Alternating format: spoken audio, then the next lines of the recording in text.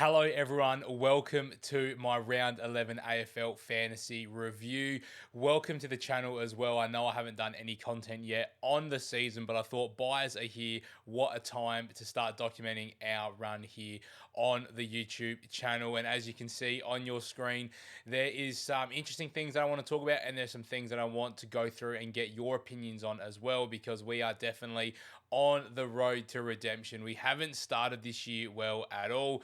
We're in that 56,000 ranking because in round one we had lots of different pods that didn't go to plan, and I've had a bit of an interesting start to the season. So if you do want to see a video on that progression through the weeks, make sure you get in the comments below and let me know. But for this week, we scored 2,000 points, which wasn't great. Our round 11 ranking was 56,587. So not a great week for the Tarps here. Not ideal. We did have some good scorers in Nicky Dacos, but obviously a lot of people do own Nick Dacos. What's his ownership sitting at the moment? If we go overview, he's sitting at 63% owned. Jordan Dawson's in the 30% own. Oh, sorry, he's in the 53% ownership as well. So again, a few of our big scorers here haven't done well. Rory Atkins we'll get onto a little bit later. Bailey Dale is someone who I do want to talk about. He's going to last with us through the buys, and then he's got that round 15 buy. We'll probably move him on there. What frustrated me with Bailey Dale, though, is if you do know Bailey Dale, he is known to get lots of marks, and that's what we didn't see up in Gold Coast, up in Darwin against Gold Coast, because he had 27 possessions, but if he was able to get 3 or 4 more marks and add, an extra sort of 12 to 15 points on his score, then I'm probably looking at a player there that is a really good differential. He has looked a lot better now that Johannisson's out of the team. But anyway, moving through the midfield, not a lot of positivity there, which is where my score's fallen away this week. Obviously, everyone has Tim Taranto, Tom Green. A lot of people have Merritt. A lot of people moved on to. We did VC our boy Errol Goulden. The forward line would have probably been my strongest point of the week, with Rosie, Butters, Dunkley, Goulden, and unfortunately Sheasel really did just miss out on getting 100 there because of injury. But Johnson, huge tick there, 68 on the week. Has looked all right since not being the sub, and he's got a break even of 14. So coming off of a bye, I'm expecting him to be able to get some more cash gen for us, which has been a problem. Wardlaw at 51 is more than fine as well, and Pedler 56. And the one thing I'm really looking forward to with Pedler is he's actually getting a lot more time in the midfield. So the last 3 weeks he started attending centre bounces. I think 3 weeks ago he had about 14%, and then last week and the week before that, he had about 25% CBA. So if they can get into the 30s, then Luke Pedler could be someone who we do see, getting into that 65-70 club. And what I noticed the most from him was the tackles. So you can see that he's had, in the showdown, he had 4 tackles, but then he's gone 3, 1, and 4 since sort of moving more into the midfield. His time on ground is looking pretty solid as well. So I'm excited to see what Pedler can bring. His break even is pretty close to where he's scoring at, so 63. So we might lose a bit of money on Pedler, but it is the buy rounds, and what we need is a team that is available. So look, I think what we want to go through first, I should have enough players this week to be able to field a full team, and I'll show you what that team looks like in just a second.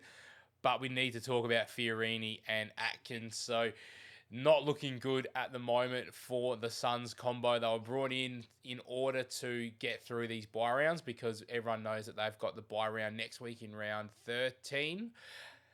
But Rory Atkins in particular, subbed out, doesn't look fantastic unless the Suns are really dominating.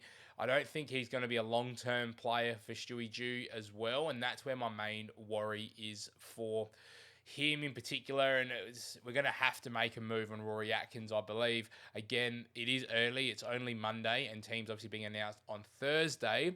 But I can't see a world where Rory Atkins gets to play against his former club in the Crows this week, which throws up a bit of an interesting issue for us. But then again, he's also made a lot of money. We brought him in after that 102. Does it have the price? Oh, it has the price on the phone app, but not on here. We did bring him in after his first, big price rise, which would have been about 50 odd grand or so. But, we got him in that high threes. He's now up in the mid fives. We can definitely find a good replacement there for him. Fiorini, 92% time on ground, I believe it was this week for him. He's been getting lots of, 86%, 92, 92. So they are giving him time out on the wing. I've heard that Brandon Ellis played quite well for Gold Coast. He's someone I'm going to try and hold on to. What we're going to do now is jump onto my team because I want to talk through. I don't know why it's not letting me do this. Here we go. Round 12. So I've made a few moves already. So we're going to bring in Oyson Mullen for Darcy Wilmot, again, on the bye. We're going to bring in Bailey Humphrey, who was absolutely fantastic for Rory Atkins. And that allows me to get Rory Laird back into my team because I actually took him out when there was that big injury cloud for or around Rory Laird. That's allowed me to get Tim Taranto in my team, but for Mason Wood, who I've just not been able to get out of my team. So if we're looking at the round 12 bye situation, this is sort of where we're sitting at now. So Ashcroft, Marshall, Dunkley with Johnson, Sharp, McAndrew, Roberts, Goulden. So moving into next week, we'll get Goulden back. We'll get hopefully Harry Sharp, who had 20 odd touches and 2 goals in the VFL after being dropped. And we get Johnson back to sort of play through the buys. He'll definitely come in for Noah Long, who I'm not anticipating needing to play too much. So our buy situation now looks okay because of Wilmot and Wood coming out of the team. I know we bring in Mullen, so at least that's a next week buy problem that we can at least navigate our way around. And then we bring in Rory Laird, who I think our situation in 14 isn't too bad. So we lose Dawson, Dacos Day, Merritt, Laird, and Pedler. So I should be able to cover that through what we do on the bench. So some players, though, that I'm really considering at the moment are Matty Rao. I've had him earlier in the year, and this is what I've made mistakes. I've sort of spent too much time chasing points in the now versus cash gen. So my value is really low. It's only 19.21 mil with 45k in the bank. Things like Warple, Rao, and a few others as well. Jason Horne-Francis, I traded them out off the back of some poor scores, which has come and bitten me in the backside a little bit because I've gone on to make really good money and I could be moving them on to superstars now, which I've kind of gone sideways or brought in rookies and things like that to upgrade other areas, and my team's kind of stayed where it is, which is a bit frustrating. Tom Stewart is someone I'm really looking at bringing in. Now, whether that's for Chincotta, I do have Chincotta on the ground at the moment because I'm banking on him playing this week. At this stage, if my trades stay the way they are, I've got 19 on the field, so at least the lowest score's not going to count. But I'm really thinking Chincotta will play because there'll be no Hewitt, there'll be no Hollands, and Cripps will be, Cripps will be a maybe in that game as well.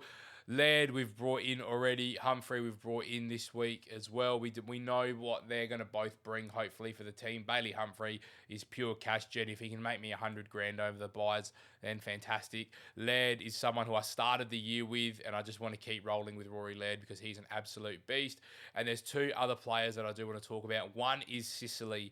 That's who I'm hopefully targeting here for Bailey Dale, coming right into that round 15. So for Hawthorn, because they do get a really interesting run coming from round 15. So off their bye, they get Gold Coast, they get Carlton, they get GWS, they get North Melbourne, they get Richmond, they get St Kilda, Collingwood, Bulldogs, Melbourne, Fremantle. It's not a bad run of games for Hawthorn. Sicily showed that he's going to take all those intercept marks and get those high disposals, and he's someone who I just need to get into my team. Now, whether that's for Chincotta, whether it's for Dale, we have to find a way to get that done. And the last player I really want to be considering getting in, even as early as potentially next week, would be Andrew Brayshaw. Hopefully for Fiorini, we can try and make a little bit of money there. If you're needing someone that is a bit cheaper, a big punt I'm thinking about as well could be Hugh Greenwood, although we've seen in the past him not be that successful, but he's a midfielder that, he's in that 500 K bracket. Just bear with me for a second as I can't type. Hugh Greenwood 537, but the big thing for him is under Brett Ratton, he's gone 80% and 84% time on ground with 87 points and 114. He's a big-bodied midfielder, very, very solid, can, get those big tackles out 11 last week, so he's someone definitely to keep an eye on. Let me know what you're going to be doing in the comment section with your trades, guys. I'm going to be doing hopefully 1 or 2 weekly videos talking about the team, and I want to see if we can get that rank into at least the top 10,000. Make sure you like, comment, subscribe, get in the comments, and I'll see you guys very, very shortly for some more AFL fantasy talk.